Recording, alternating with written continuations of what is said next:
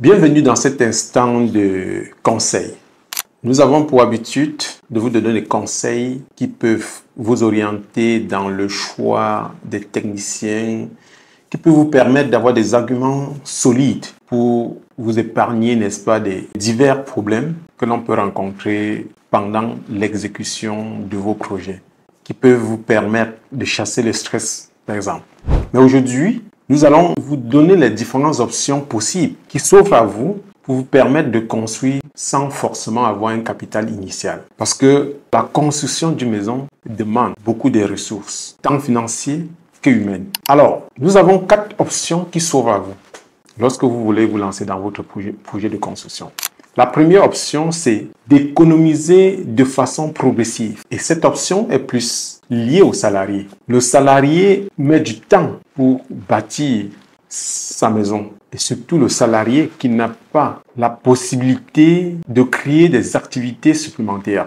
Si nous prenons par exemple un salarié qui touche au minimum 150 000 francs, il doit lui falloir au moins 27 ans pour se construire une maison d'un budget de 9 720 000 par exemple. Parce que s'il est très discipliné, il pourra économiser 30 000 francs par mois et 360 000 francs par an. Ça, c'est la première option. La deuxième option, un salarié peut contracter des dettes, soit chez son employeur, en dehors de son salaire, et cela lui permettra de se bâtir une propriété aussi rapidement que possible. Et lui permettra en même temps de rembourser cette dette-là avec du temps ou alors dans le temps. Ça, c'est la deuxième option. La troisième option, il peut créer des activités supplémentaires qui pourront lui permettre de générer des revenus supplémentaires et ces revenus-là pourront lui permettre d'investir aussi rapidement sans attendre autant d'années. Pour ceux qui ne sont pas des salariés, par exemple, des businessmen, ils peuvent investir à chaque fois un dixième de leurs revenus dans leur projet de construction.